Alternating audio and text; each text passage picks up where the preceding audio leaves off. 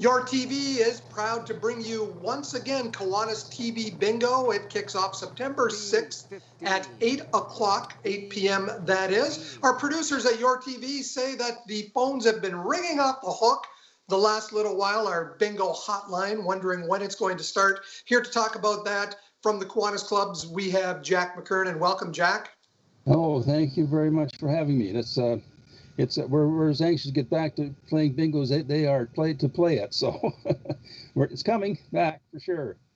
I would assume that, like most charities around the world, it's been very difficult to raise funds during COVID-19. Are there some things that the Kiwanis clubs locally have had to push back? We'll get to talking about bingo in the next little while, but what other kinds of fundraising events and programs have you had to push to the side during these last 4 months? Well, we've had to put off the duck race. That's probably the second biggest event of ours. We also have a barbecue that we run, and that's been put off. And now we're looking at trying to get some of those back. Certainly, bingo is probably going to be the first one that's going to start up in September, and then from there on in, we'll bring the others back as well. Any idea how much money you have not been able to raise over the cancellation of those events? Well, I know in regard to the bingo, we've probably lost in excess of $150,000. Obviously, your partnership with YourTV is very important because we can run this without having to gather a lot of people together. What kind of changes have to be made, if any, during COVID-19 to continue running the bingo beginning in September? Coaching with YourTV is fantastic. They've played along with us all the way along. They have their studio is well positioned, well distanced, so we can bring people in without any concern for the disease. But our other concern is that we have volunteers who go into the stores to pick up cards and pick up money. Money is one of the biggest transporters of the disease, so they have to be very careful. They have to wear masks and gloves. And what they bring back to us for counting, we have to hold on for 2 or 3 days before we can do that.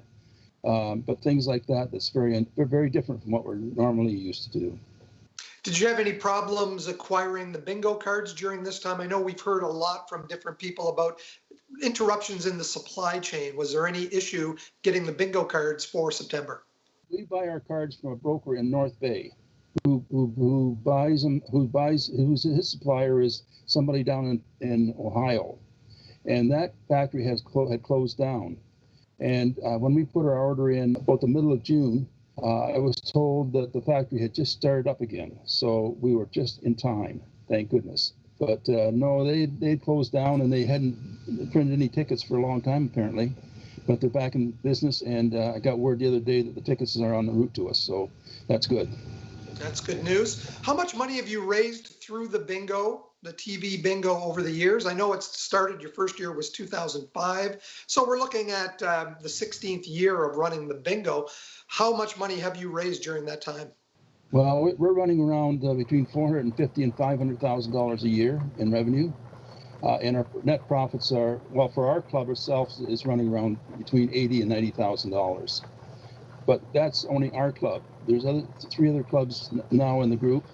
There's a club in Niagara Falls, and there's one in Welland, and there's one in Smithville, which is the West Lincoln Kiwanis Club, and they all make profits out of that as well. So it's a good money maker, and it's a great way of having a little fun and making some money at the same time.